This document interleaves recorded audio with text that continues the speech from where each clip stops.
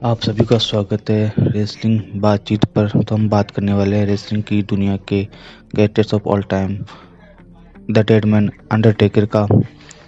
जी हाँ, वही अंडरटेकर जो ताबूक से निकलकर सीधे ही रिंग में अपनी एंट्री करते थे और लोगों को मार डालते थे। ऐसी कई कहानियाँ हैं जो सिर्फ अंडरटेकर के लिए ही फेमस है। हम आपको बताते हैं, ऐसी ही कई कहानियाँ बताते हैं जो उनके करीबी ही जानते हैं। शुरुआती समय में अंडरटेकर के मैनेजर जो कि ब्रूस प्रिचार्ड हुआ करते थे, उनके द्वारा एक बताई गई बात है, एक समय की बात है तब अंडरटेकर अपना मैच ख़त्म करके दूसरी जगह जा रहे थे और उन्होंने अपना रिंग गियर पहन रखा था। साथ में ब्रूस प्रिचार्ड थे और वह रास्ता भटक गए थे। तो उन्होंने एक व्यक्ति से रास्ता पूछा तो वह व्यक्ति उन पर रोब झाड़ने लग गया क्योंकि उन्हें पीछे बैठे हुए अंडरटेकर अंधेरे में दिख नहीं रहे थे। जब उनका ध्यान अंडरटेकर पर पड़ा जो कि अपने रिंग अटायर में थे तो वह उन्हें हत्यारा समझने लग गया था और वह काफ़ी डर गया था। ऐसे ही अंडरटेकर का लुक हमेशा हॉरर रहा और इसी एक बार अंडरटेकर की एक फैक्शन थी जिसका नाम था मिनिस्ट्री ऑफ डार्कनेस। इसके सभी मेंबर डार्क कैरेक्टर में होते थे, हॉरर होते थे, दिखने में उन सारे रेसलिंग करने में साथी जैसा घबराया करते थे। उनका काफ़ी हद तक लुक डरावना हुआ करता था। सन 2000 में अंडरटेकर का लुक चेंज कर दिया गया और वह नए लुक में आते थे जिसमें बाइक पे बैठ के आते थे और उस गिमिक का नाम था अमेरिकन बैडएस, जो कि उस समय काफ़ी फेमस हुआ। और हम आपको बताते हैं अंडरटेकर हमेशा विंस मैकमैन के काफ़ी करीबी रहे और उनकी काफ़ी अच्छी उनके साथ दोस्ती रही। इसी को लेकर एक कहानी पसंद फेमस है। तब अंडरटेकर, विंस मैकमैन और कर्ट एंगल ये तीनों ही अपना काम ख़त्म करके चार्टर्ड प्लेन के द्वारा दूसरी सिटी जा रहे थे। तब अंडरटेकर थके हुए थे तो वो सो गए। तो फ्लाइट में विंस मैकमैन और कर्ट एंगल अकेले थे तो वो बोर नहीं हो तो मैच की रिहर्सल फ्लाइट में करने लग गए।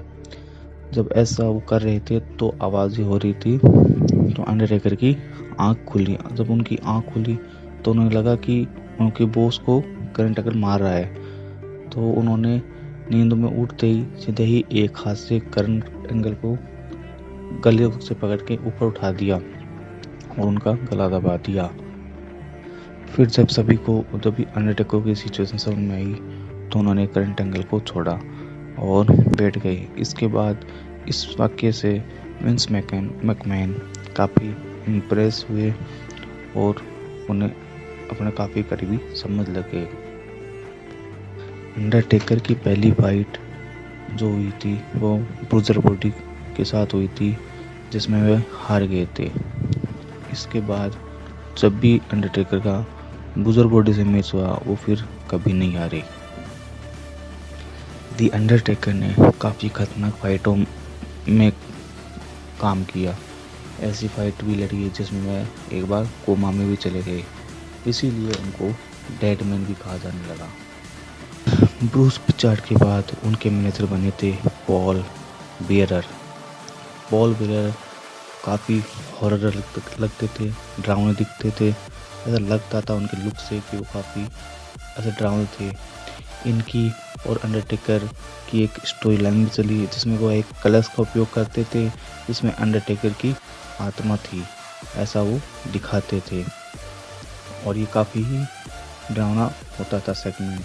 आप सभी ने ये देखा होगा। और जब WWE या WWF में आने से पहले पॉल बेयरर एक फ्यूनरल डायरेक्टर हुआ करते थे, जो जैसे ये कॉफिन ले जाना, किस तरह से रखना है, ये सब का काम भी किया करते थे। तो वह इस चीज़ से पहले से ही जुड़े हुए थे। अंडरटेकर का वह सिग्नेचर मूव जिसमें वह अपनी आँखें निकालते और जीभ निकालते जो कि एक कैट जैसा लगता था, यह मूव भी काफ़ी फेमस हुआ। ये काफ़ी हॉरर लगता था और उनके गिमिक पर यह काफ़ी जमता था। अब अंडरटेकर का अपनी एज में बूढ़े हो चुके हैं, ओल्ड हो चुके हैं, तो अब WWE से रिटायर हो चुके हैं। अब उनका रेसलिंग इंडस्ट्री में वापस आने का कोई प्लान नहीं है। वह उनसे एक बार न्यूज़ में भी पहुंचा गया था कि क्या वह विंस मैकमैन के कहने पर वापस WWE में आएंगे। तो उन्होंने कहा था कि अगर कोई इमरजेंसी हालात हुए तो ही वह आएंगे, नहीं हुआ तो वापसी नहीं करेंगे। तब अंडरटेकर ने रिटायरमेंट लिया था। उस समय पर WWE में उनके द्वारा उनको काफ़ी लोगों ने ट्रिब्यूट दिया था और थैंक यू अंडरटेकर का स्लोगन फेमस हुआ था। और इसी के साथ हम आज यही वीडियो यहीं ख़त्म करते हैं। अंडरटेकर की जानकारी आपको कैसी लगी हमें लाइक, कमेंट और शेयर करके